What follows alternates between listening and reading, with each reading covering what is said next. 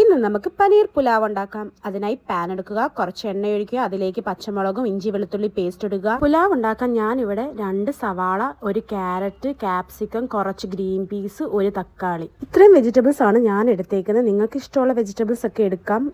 സവാള ഒന്ന് വാടി വരുമ്പോഴത്തേക്കും നമുക്ക് വെജിറ്റബിൾസ് എല്ലാം ഇടാം. ആദ്യം നമുക്ക് ക്യാരറ്റ് ഇടാം, അത് കഴിഞ്ഞ് ക്യാപ്സിക്കം, അത് കഴിഞ്ഞ് ഗ്രീൻ പീസ്, അത് കഴിഞ്ഞ് നമുക്ക് തക്കാളി ഇടാം. എന്നിട്ട് നല്ല രീതിയിൽ ഒന്ന് ഇളക്കി കൊടുക്കുക. ഇതിലേക്ക് നമ്മൾ കുറച്ച് ഉപ്പ് കൂടി ഇടുക. നല്ല രീതി ഇളക്കി കൊടുക്കുക. നല്ല രീതി ഒന്ന് വാടി വരട്ടെ.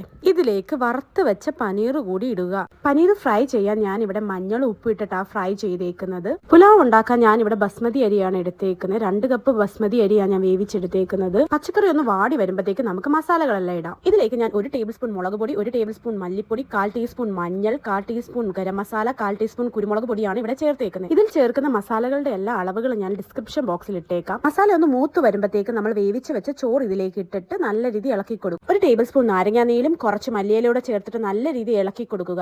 സൂപ്പർ ടേസ്റ്റി ആയിട്ടുള്ള പനീർ പുലാവ് റെഡി ആയിരിക്കുന്നു. ഇത് നമുക്ക് സാലഡും അച്ചാറും കൂട്ടി കഴിക്കാവുന്നതാണ്. എൻ്റെ വീഡിയോ ഇഷ്ടമായാൽ ലൈക്ക് ചെയ്യാനും സബ്സ്ക്രൈബ് ചെയ്യാനും മറക്കല്ലേ.